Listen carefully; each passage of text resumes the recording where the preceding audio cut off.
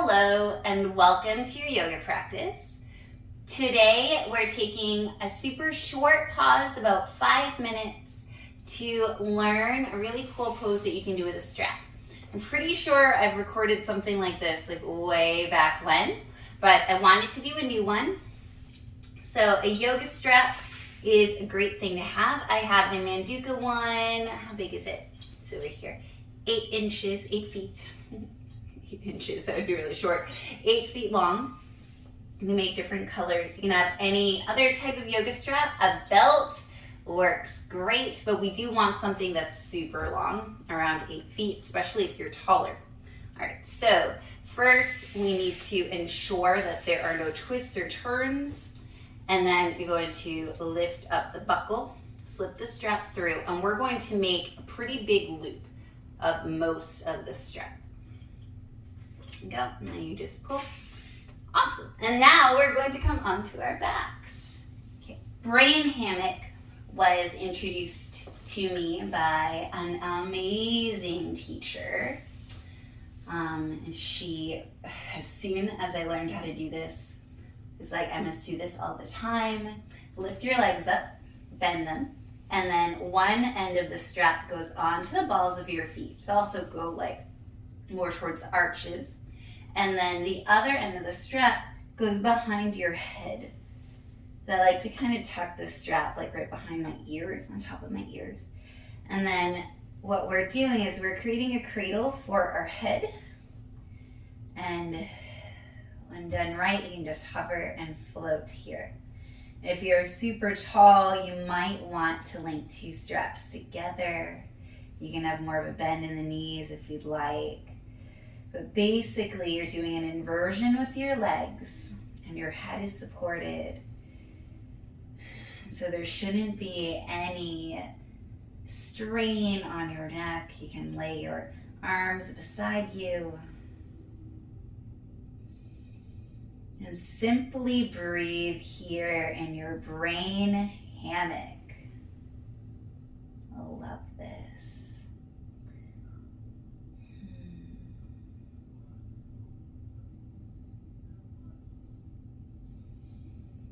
This brings to mind a strategy that I've heard for calming yourself down and dealing with stress and anxiety. Resourcing. The idea of resourcing is that you can bring to mind experiences, places, sensations that aren't actually present, but that if we think about them vividly enough, we can feel those feelings, those emotions, those sensations in our bodies. And if there are certain sensations, they can really help. So with Brain Hammock, it's really easy to start thinking about places where you feel very relaxed.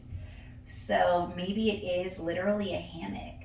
Maybe you can bring yourself to a favorite vacation from when you were younger, or something that happened more recently, or even something that hasn't happened yet, where you were able to just relax in this hammock and all that was around you was a breeze, or maybe it was a hammock in this most beautiful nook of your house that has lots of books and you have pillows by you, or maybe it's a hammock on top of the ocean. So one of those places where there's like, I just imagine these 2 palm trees and a hammock in between them, and you're relaxing there and the water's below you and all your worries are gone.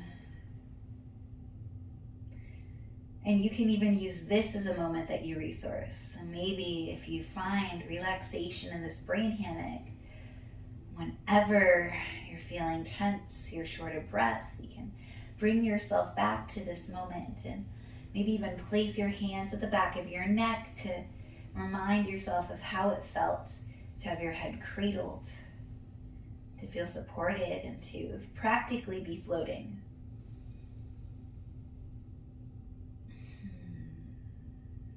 And also take this time to give yourself some credit for showing up. It's really hard for most people to show up on their mat to rest.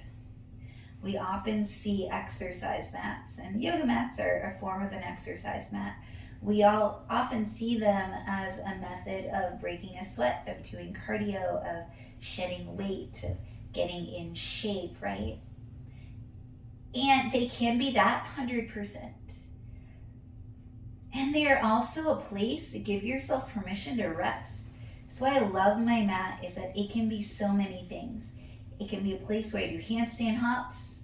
It can also be a place where I do brain hammock and shavasana and laying on my belly and rolling around playfully and doing a child's pose. Like, this is, in a way, it's like a magic carpet, and it can be whatever you'd like it to be. And any exercise mat can be that, right? It's just that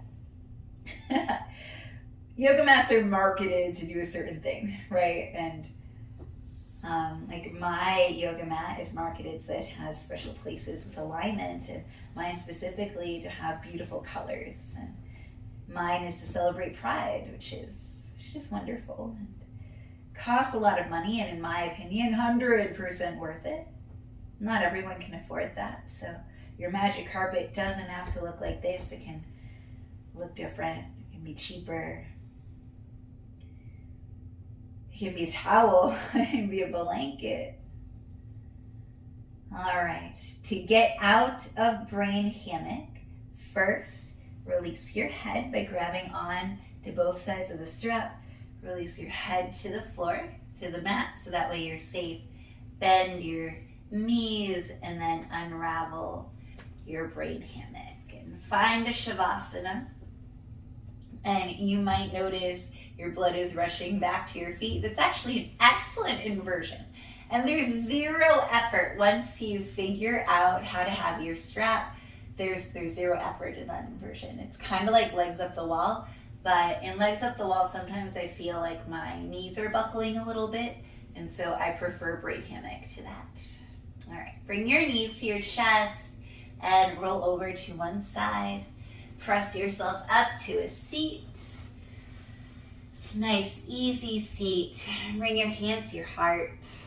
Thank you so much for practicing with me today. Even that little pause can create a huge difference in your day.